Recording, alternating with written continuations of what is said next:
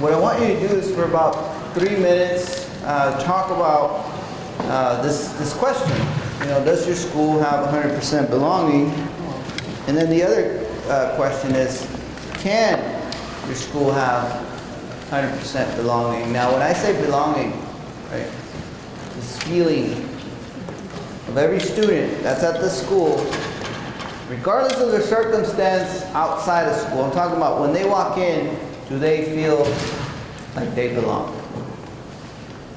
So, you know, you can't, as a school, you can't control socioeconomic forces, can't control the trauma that happens out of school, can't control family conditions, can't control tragedies. But what you can control is the environment in the school. So how can our purpose, right, this really goes back to our purpose, help build a school community with 100% belonging, or at least as a mission, right? This is our mission. Because I agree with those of you that say, hey, we probably can never have 100% feeling of belonging. I agree with you, but I don't agree with the part that we shouldn't try. Right? Okay, so let's get started. Talk a little bit about, is there this 100% belonging? That's more of a rhetorical question. The real question here is, how can it have 100% belonging? I know it's a short amount of time, but we're operating on a short time frame here. And it is a difficult question too, so maybe as a collective we can think of some ideas. So what did you talk about? We talked about the goal is that when you walk into the building, you want your students to feel that they belong, but sometimes it's the kids themselves that don't get that feeling. It's not that the environment isn't there for them, it's that they just themselves, for various circumstances or reasons, don't feel that they belong. We also talked about in a smaller environment, it's probably easier to do that. We talked about sometimes the staff don't even feel that they belong, especially if it's new staff. And so that doesn't provide for 100% belonging for staff or students. And then we talked about in middle school, it's probably easier because of the teaming aspect and being able to put kids on a team and being able to compete against one another and providing that kind of environment. So we hit a lot of different... Yeah, a lot of challenges to feeling belonging. Okay, yeah. One of the ideas we talked about for helping the school, the whole community feel 100% belonging is also with the families, because a lot of our parents, school was not a safe place even for them. School was maybe a negative setting for them, and so to come to the school or be in a situation with the teachers is just not an exciting opportunity. And so to send their children there isn't really on a high priority. And so really just to open up the doors, to show them that this is a positive, safe haven for the parents and the guardians, and to really just make it a really positive experience for everyone. And then it just makes the whole family unit just really happy to be there, and it will get that whole community just 100%, maybe open the doors a little bit better. So this is great. So this is this idea that the family unit needs to feel belonging too, and that sometimes some parents didn't have a good experience with the school system. So remember, I talked earlier about this idea that we, as individuals, represent institutions. So when they see you, they don't see you, right? And many times I've talked to administrators that they take the heat from parents a lot of the time. And many of them have built sort of this shield that really is an institutional shield. Okay, I'm not going to take this personal because the parent is speaking to me as an institution, right? Not as a person. And then that kind of helps out with that issue. So I call this a continuum of belonging. And the continuum of belonging is this idea that you're right, your staff should feel like they belong. your teachers, your students, and your parents. Let me ask you a question. How many of you make it a point to roll out the red carpet for parents whose kids get in trouble? A couple of you? Yeah, how do you do that? Just welcome them. I think it's, if you have a parent who is there, I'm going to say for a discipline issue, I think just welcoming them in and kind of explaining what happened, but asking them for input. It's not a combative thing. It's how can we figure this out so that your child will be successful. Mm-hmm. One of the things we do is we kind of front load the information. Okay, we're here to help you, and we need your help to help you best. And we can't help you. You can't help us, and we can't help you unless we kind of get connected that way. So we don't even talk about the child's discipline or any of the negative things first. We go after them. Okay, what is it that we're not doing to support you? And we try to come at them. So you go after the solution, and one of the ways you do that is to let go of the institutional ego.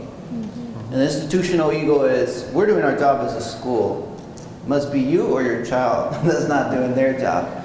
And so it's like, you ask, hey, what can we do better as a school in this situation?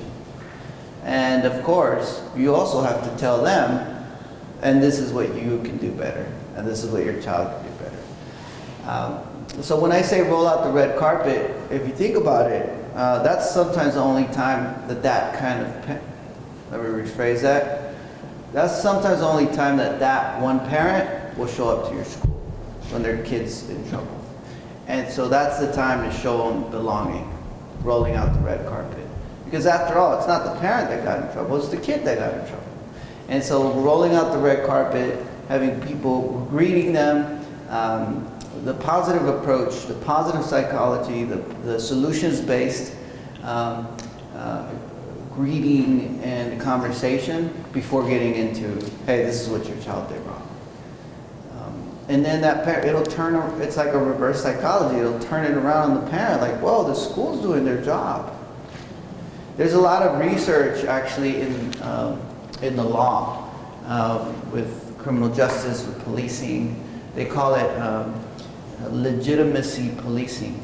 And essentially what that says is that even if the person gets arrested and sentenced, even a harsher sentence, if they were treated justly by police, by prosecutors, by the judge, they'll more likely report that they thought the system was fair. If they feel like the police, prosecutors, judges disrespected them, talked down at them, called them a criminal, roughed them up, then even if their sentence is lighter, they're more likely to say that the system is corrupt, unjust, etc. So in law enforcement, they've been doing this kind of work. In the healthcare system, with doctors, doctors who have good bedside manners are 4 times less likely to get sued for medical malpractice in some studies than doctors who are determined to have, according to patients, of course, bad bedside manners. So courtesy, respect, leads to either institutional commitment on the part of the parent or institutional kind of rejection. And so what we want to do particularly with communities where there's a mistrust of schools, or let's just boil it down to parents, to the individual parents. There's parents that mistrust schools. There's also another kind of parent. That's the parent that defers its trust and its full respect to the school to do its job to educate the child. So in some countries, right, that the teacher is given and the school's given respect by being left alone by the parent, not entering the school, not advocating for their kid, not showing up, because the idea is that the school needs to be given its independence to teach my child. So sometimes you might have parents that are never there. You might think, look, they're not engaged, they're not interested in their child's education. But in reality, sometimes it has to do with a difference in perspective on how to show deference, pay respect to the school. And so just having the translational conversations of, hey, we do need you to be engaged. You know, we don't need you to organize a revolt against us, but we need you to be engaged in the education system. We need you to come to meetings and participate. So what this is all boiling down to is this idea that relationships with authority figures make a difference. So emotional support is key to building community, belonging, and student motivation and transformation. Support from authority figures was the strongest predictor of school-appropriate behavior, positive attitudes towards school, and academic performance. When kids and families report feeling that authority figures have them in their mind, in their best interests, support them, their outcomes are going to be positive. And then this is going into neuroscience now a little bit. Okay? And that's the idea that emotion plays a key role here in academic outcomes. Anger was the strongest individual predictor inhibiting student achievement in one study.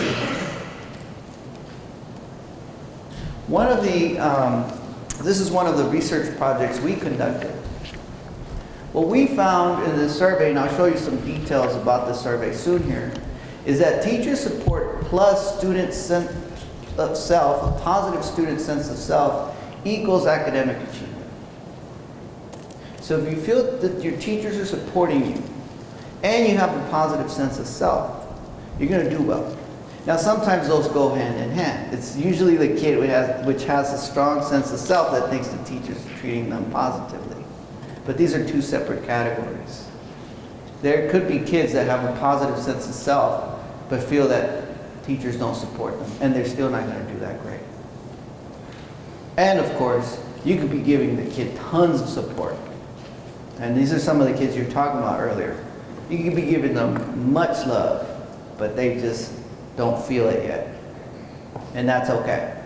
Because as long as you're consistent, at one point, there will be a turnaround. Think of kids who are difficult to reach as oysters. They're only going to open up when they're ready. And let's say that one day they open up, they're ready, but that steady stream of support isn't there. And it'll close back up. Sometimes we give kids programs, support, attention, and we're like, look, Johnny's not responding, and we turn our back, and sometimes that's when they open up. So that consistent stream of support is important. So here are the results from a almost 2,000 student survey. I wanted to show you this component because it's kind of a very novel, interesting finding. Low-income students are reporting that they need a lot more emotional support than middle-class students from teachers. Middle-class students are reporting wanting more informational support than emotional support from teachers. So for low-income students, emotional support is key. I'm not saying that middle-class kids don't need emotional support. I'm just saying that they're self-reporting, wanting information from the teacher. Now let me demonstrate the difference between informational support and emotional support. Here's informational support. High school classroom. Good morning, students. Hey, listen, college applications time is coming up. I have the information packet here in my hand. The deadline is December 10th. Let me know if you have questions. Information. That was good. Giving them college information, that's important. Here's emotional support. Good morning, students. Hey, listen, college application deadlines are coming up. I have the packet right here. Listen, every single one of you in this room has the capacity and the potential to make it to college. I believe in you. The deadline's December 10th. Let me know. I'm here to support you. Did that take a lot more effort from me? A lot more time? No. But the difference is felt, especially when you're a student from a low-income background. Oh, this person believes that I can make it? Okay, let me give it a shot. And so knowing who your audience is as a student is important. And this finding, just one of many, is showing that there are those differences. This is the neuroscience I was talking about. We feel, therefore we learn, the relevance of effective and social neuroscience to education. Learning, attention, memory, decision-making, and social functioning are both profoundly affected by and subsumed within the processes of emotion. What neuroscientists are finding is that the same part of the brain responsible for learning is also responsible for emotion. So think of it as a highway that's blocked, that's jammed. When you're angry, upset, depressed, what the neuroscientists are saying is that you're not going to be capable of learning. It's just not possible. So in order to reach the student, in order for them to feel belonging, we have to address those emotional needs. So how do we recognize and promote belonging? One of the projects I worked on was working at a alternative school where they were trying to bring in some of the most difficult to reach students and bringing in the social emotional component, and a key element was to make them feel belonging. They belong in an educational institution. Here's a short video clip.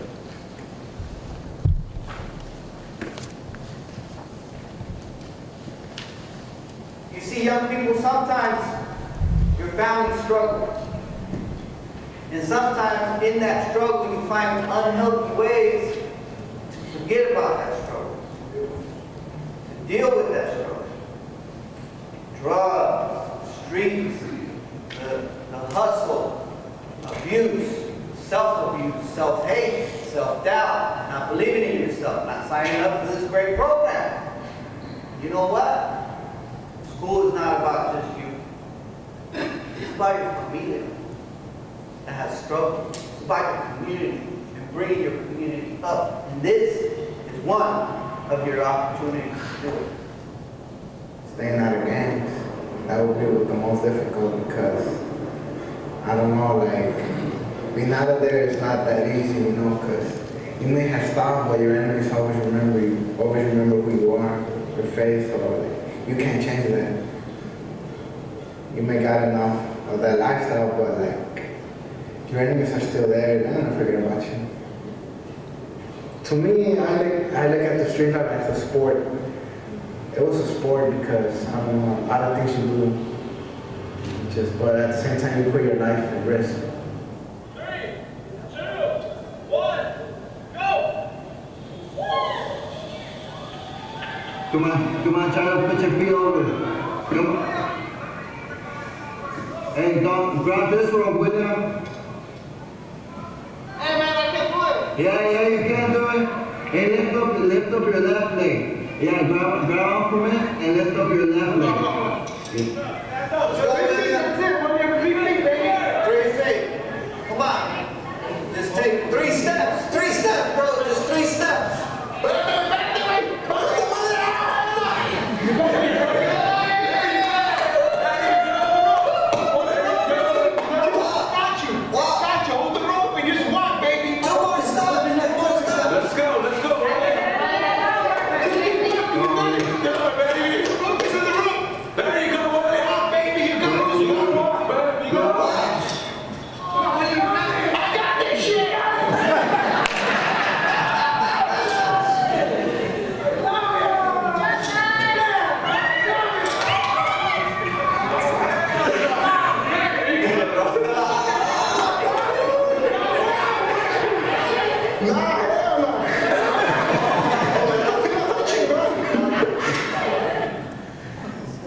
All right, so you see this kid, I mean, this is in Watts. So you watch any movie about LA and gangs and police and crime, they're featuring Watts, South LA.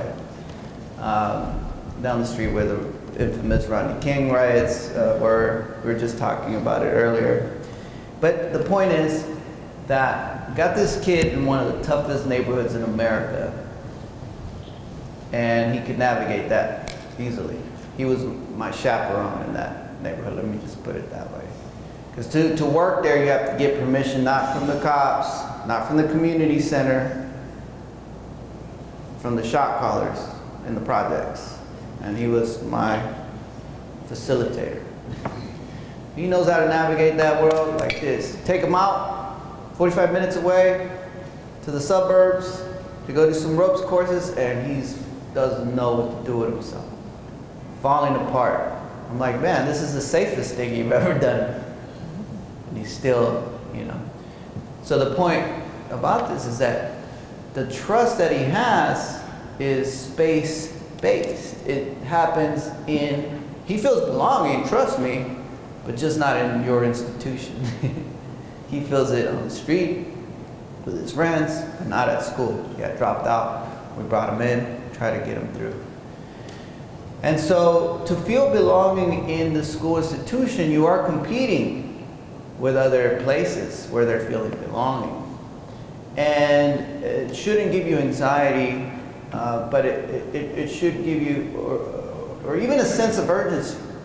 It should just give you this notion that I need to do in my school whatever it takes to make these kids feel belonging, because if I can win them over, if I can make them feel enough belonging, that tilts the scale, and now they're feeling like school is a place for them and not, the streets or wherever, if they're getting caught up in negative things.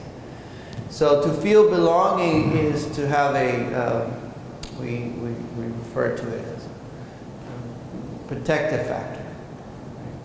And sometimes we think that the streets are protective factors. Someone like William would tell us, the streets are where I'm safe.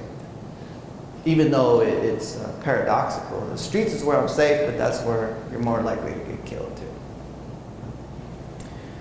So this continuum of belonging here involves everybody, shared responsibility. You have families, teachers, mentors, administrators, programs. So what we've done is we've carried the conversation across all of these spheres. That when we're doing a PD with teachers on belonging, a growth mindset, that it's not just the kids that we're teaching to have a growth mindset. Mindfulness. It's not just the kids we're teaching to be mindful. Talk about resilience for kids, but what about resilience for teachers? That's when you say, hey, some of our staff don't feel belonging. Well, let's tap into their resilience. Let's tap into the ways in which they do thrive and strive in this very difficult career they have. And one of the ways to honor them is to have them become the facilitators in training the rest of us, showing us their best practices. Other projects we worked on with teachers is that we make them researchers. So we cut their teaching time down, and now they're actually evaluating what's going on at the school and producing reports, feeling this sense of freedom, this sense of being given a task beyond, teaching 4, 5, 6 classes a day and rotating that around. It's been really successful, and it helps them reach out to parents, helps them create some of these restorative approaches, helps them be the ones that receive the kids when the teacher in the actual classroom can't do a restorative intervention at that moment. Because restorative approaches take time and energy. And so you see in some contexts, some teachers reporting that they're burning out, having to deal with so much restorative work. It's easier. Think about it. Hey, you messed up, get out, go. That's an easier thing to do so that we take control of the classroom. So working with them, providing them that support. I won't go through the school climate. You have it on your slide, but essentially it goes deeper into feeling belonging through parent engagement, to students having a voice, a real conversation about equity and inclusion at the school. Are we hiring people to represent the students? What are the characteristics of the people? Diversity in all its full arrays, not just racial and ethnic diversity, though we need that, but all the full arrays of diversity. That's important to have these conversations up front. And then types of teacher support, I talked about earlier. It's important for educators to know these types, because sometimes we get caught up in teaching and we forget the content, that we forget the style. Right? We get so caught up in teaching content we forget the style, and the style matters. So informational, my teachers make sure I have what I need for school, the information I need. Okay. Instrumental, my teachers explain things that I don't understand. That's also related to information. Appraisal, my teachers tell me how well I do on tasks. That's getting closer to emotional support. And then emotional support, my teachers care about me. So to answer the question, right, remember I said earlier, it's a rhetorical question right now. But to concretely answer the question of is there 100% belonging, this is one strategy here. Are the students reporting that their teachers care about them? That people at the school care about them? That they are praised and affirmed? These are indicators or proxies for belonging. Information, well, you can be gathering information and not feel belonging. I don't know about the state of Nebraska, but when I go to the Department of Motor Vehicles in California, I have to wait an hour in line. It's California. An hour in line in Omaha too? No, in California. In California you do. I have to wait an hour in line in California. Then I get there, it's a state agency, person's burnt out. They're like, what do you want? I'm like, oh, I'm trying to register my car. Oh, you need a form, fill out the form right, go sit over there and fill it out right. And then I have to wait another hour in line again. You know, humiliated, right? But they give me all the information I need. Do I feel belonging at the Department of Motor Vehicles? I don't. It's a negative space for me. So you could provide people information, but still they don't feel belonging. And something, you know, we go into this idea of creating a college-going culture, right? Okay, that's great. So what do? We put up flags for every college we've been to in every classroom at the front of the classroom. Wonderful, that's the first step. We put up banners of people where they've gone to college. We started to create a college-going culture. There's a trap. And the trap is this, that we stop there and then we just provided step one, that was information. Okay, so everyone's gone to these colleges, that's cool. Do I belong there? Maybe, maybe not. No one's convinced me of such thing yet. And so that's where the emotional support comes in. So then the change in perspective in day-to-day interactions are important. So we shift our thinking and perspective away from what's wrong with Johnny towards what has Johnny been through, right? Teaching the whole child, seeing the sort of, we're going to another session later on, trauma-informed approaches. This is where you'll get more of the sort of, okay, how do we recognize what these children have been through? You see, I told you the story of Miss Russ.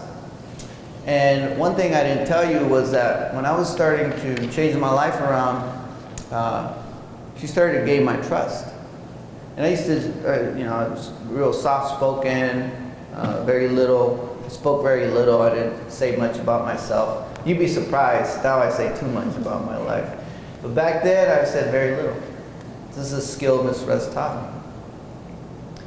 And she asked me one day if I wanted to write about my story. And I said, well, I don't really have a story. You know, I've just been bad. It's my story, period, bad, period. She goes, no, like, what has your family taught you, your community? I don't know. You know, I didn't recognize that my community had this depth and richness, and that it had assets. And she says, well, you know, think about your family and the struggles they've been through and how they survived these struggles. And immediately I thought about my uncle. I had an uncle by the name of Reuben. And, you know, I didn't have a father, and we were broke. We were on welfare. You know, we waited in line at the welfare office to ask for a housing voucher. But that was like, you know, like 10-year long wait. We never got it, by the way. But actually, my mom just recently got one for the senior facility she's living in, but she's been on the list for like 30 years. But she ended up telling them, well, I already, it's a little too late, because, you know, by the time she received it, she had already sold her the property, the home we bought her, and then paid for her senior living place with that money. So anyway, the point is that we were waiting for a housing voucher, and we get to the front of the line, and the social worker will look at us. She wouldn't even ask us what we were there for, and she'd grab a big block of yellow cheese from under the table, and she'd put it on the table, and she'd look over our shoulders and say, next. So what would we do with this block of yellow cheese? We'll go to the store, liquor store. That's all we had in the neighborhood. Buy a pack of tortillas. We'd go home, and we would make quesadillas. They were pretty good too. So when life gives you cheese, make quesadillas. So I told Miss Russ this story, like, oh, well, you know, like, we grew up just scraping by, surviving, making something out of nothing. And I told her the story. And once she cracked me open, she couldn't make, you know, she couldn't shut me up. I told her the story of my Uncle Reuben. And my Uncle Reuben, you know, I didn't have a father, we didn't have much money, we were on welfare, and he would try to help me out. But he had 6 kids and 3 jobs. And one of his jobs, he owned this old van. And in the middle of the night, he would go to all the restaurants and collect the bottles that they threw in the back, glass bottles. And then he would load up the van, and take them to recycle. He'd take me with him to this job. And he would collect these bottles, and I would help him. And the bottles would break. And as the bottles would start breaking, and we were sorting them, our hands and arms would start bleeding. And after a while, I was terrified. I didn't want to work anymore. And I would watch my uncle. He'd still be bleeding. He'd still be working. And he would turn and look at me, and he would say, mijo, estamos buscando vida. It's a beautiful expression in Spanish. It's, you know, searching for a better life. But what it really means is making something out of nothing. And so I was telling Miss Russ this story, and she says, that's where you learn to be a hard worker. I said, I guess so, Miss Russ. I was just telling her stories to get extra credit. But she saw the assets in those stories. So recognizing what children have been through and allowing them to share, right, these experiences allows the process of healing to take place. There's studies in psychology. Victims of trauma, when they re-script their story, the story of being a victim, many of us know these stories of being a victim. Oh, the school, the teachers, my mom, my siblings, everyone's against me. It's me against the world. This is the story of a victim. When they learn to re-script their story, and it's a lesson, it's an educational lesson, it's a curriculum that we have to walk them through. It's not like, hey, change your attitude. No, it's an actual lesson, right? It's an intellectual lesson to go through. When they re-script their story from being a victim to being someone that overcame adversity. Oh, so-and-so was against me. So-and-so told me I wasn't going to make it. That teacher in 3rd grade, suspended me. But guess what? I used these experiences as stepping stones to become who I am today. When they start re-scripting their stories, it's the same story, told through a different methodology. Victims of trauma, their problem-solving capabilities completely change. Their brain gets rewired. And so if we can implement these approaches, evidence-based approaches, we start to bring out these stories. Now they've dealt with the emotional, now it's time to go into the academic. So the Trader Joe's way, right, would be make every interaction a positive one. So this is an example in a high school. I was working with a high school, and I literally saw one of the teachers down the hallway. They have a rule, no headphones. And the kid had his headphones on, and he goes, "Take those headphones off." And the kid's just like, "Arr," and they both have a conflict, and the kid gets sent to the office. And then I was at another school, and in the class, the kid had just one headphone in, but that's not supposed to happen either. And the teacher just looked at him and said, headphone check. And the kid goes, "Oh," and he pulled it out. And I thought, well, those are two very contrasting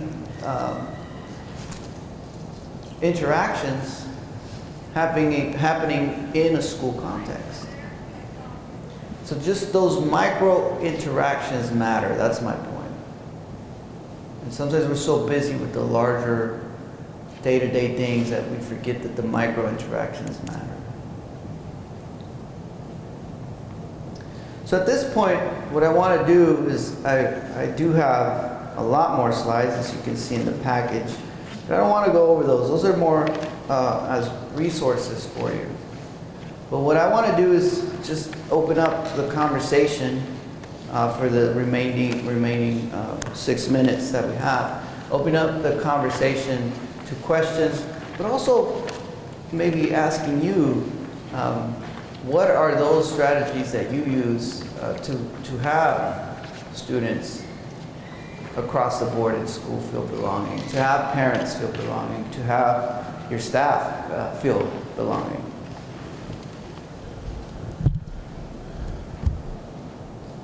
Yeah.